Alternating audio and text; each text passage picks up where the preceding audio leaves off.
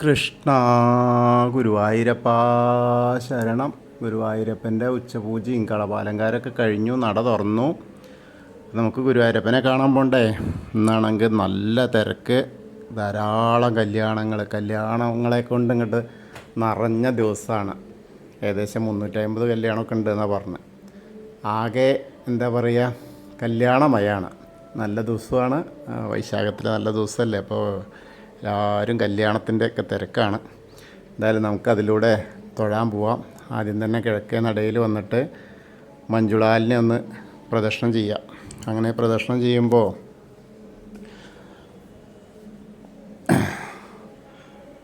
വെങ്കല ഗരുഡ ശില്പവും അതേപോലെ കുചേലൻ്റെ ശില്പമൊക്കെ കാണാം. അതൊക്കെ കണ്ട് അങ്ങനെ വന്ന് നേരെ അത്തിമര ഗണപതി ക്ഷേത്രത്തിൽ വരിക, ഗണേശനെ കണ്ട് തൊഴാം. അത് കഴിഞ്ഞ് നേരെ നമ്മൾ ഗോപുരവാതിൽ കടന്ന് അകത്തേക്ക് വരിക.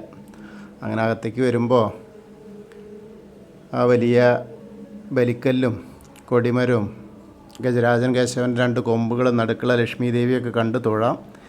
പിന്നീട് അങ്ങനെ വാതിൽപ്പടി കയറുമ്പോൾ ഇടതുവശത്തെ മേൽപ്പത്തൂരിൻ്റെ പീഠവും കെടാവിളക്കും കാണാം.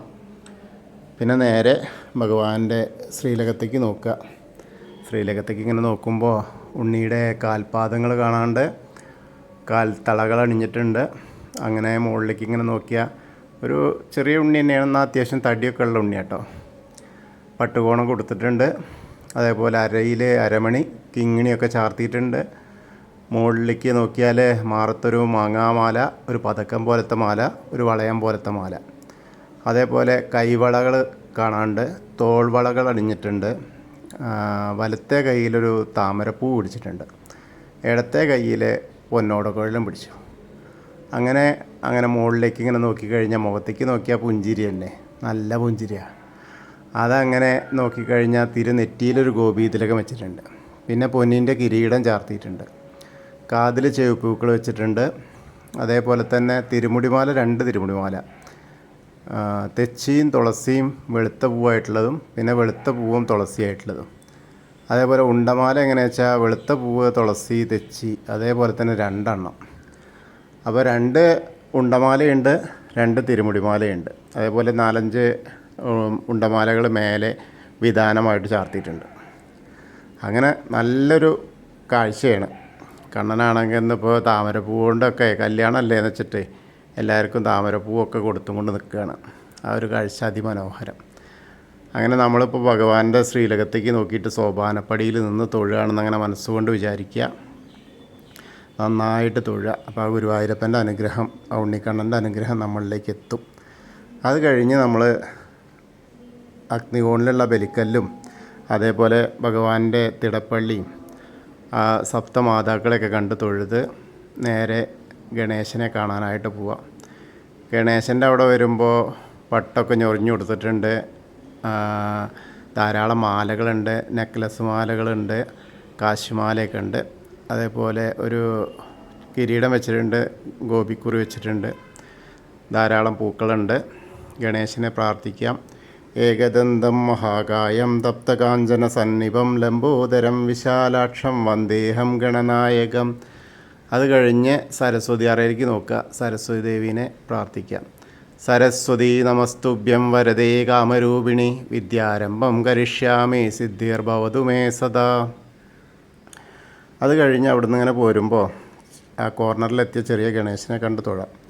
പിന്നെ മത്സ്യം, കൂർമ്മ, വരാഹം, നരസിംഹം വരെയുള്ള രൂപങ്ങളൊക്കെ കണ്ട് തൊഴുത് മേൽശാന്തിന് അവിടുന്ന് അർച്ചന പ്രസാദമൊക്കെ വാങ്ങാം.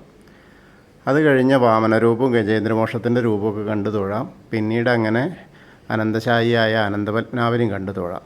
അവിടെ വരുമ്പോൾ താമരമാലകളുണ്ട്, അതേപോലെ ചെണ്ടുമല്ലിമാലയൊക്കെ ഉണ്ട്.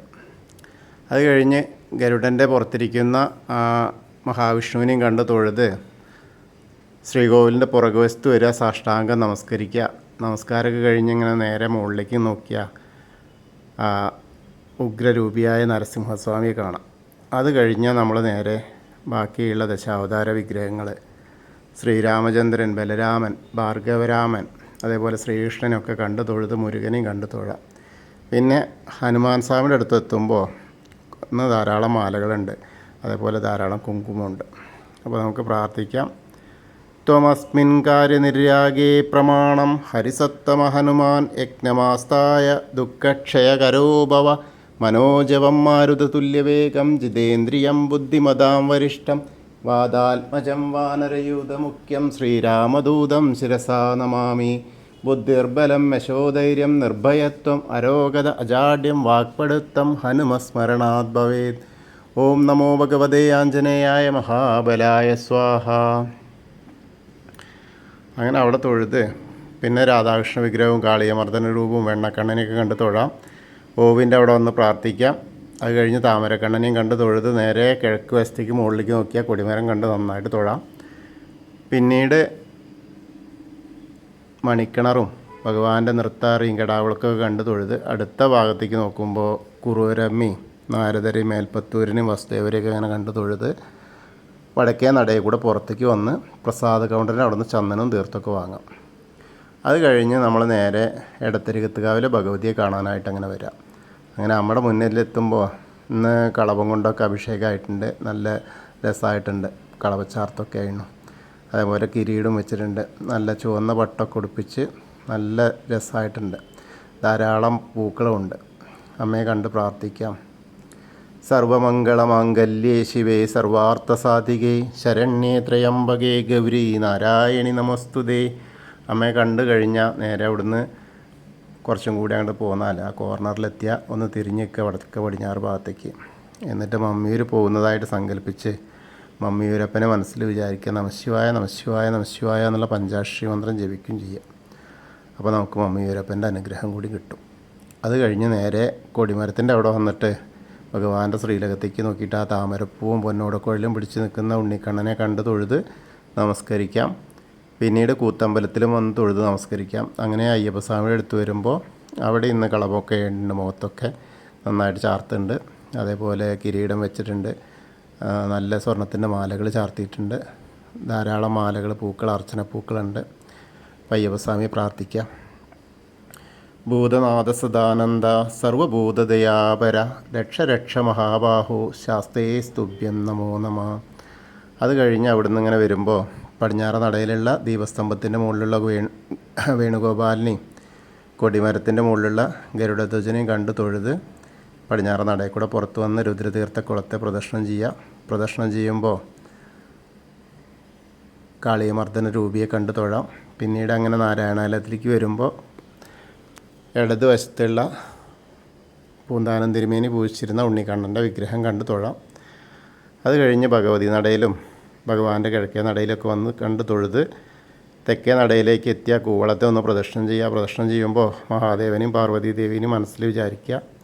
അപ്പോൾ നമ്മൾ ഇന്നത്തെയും ഗുരുവായൂരപ്പൻ്റെ ഉച്ചപൂജയും കളഭാലങ്കാരമൊക്കെ കണ്ട് തൊഴുതു. എല്ലാവർക്കും ആ ഗുരുവായൂരപ്പൻ്റെ അനുഗ്രഹം ലഭിക്കും. കൃഷ്ണായ വാസുദേവായ ഹരയേ പരമാത്മനെ പ്രണതക്ലേശനാശായ ഗോവിന്ദായ നമോ നമ. ഹരേ കൃഷ്ണ. ഗുരുവായൂരപ്പാ ശരണം.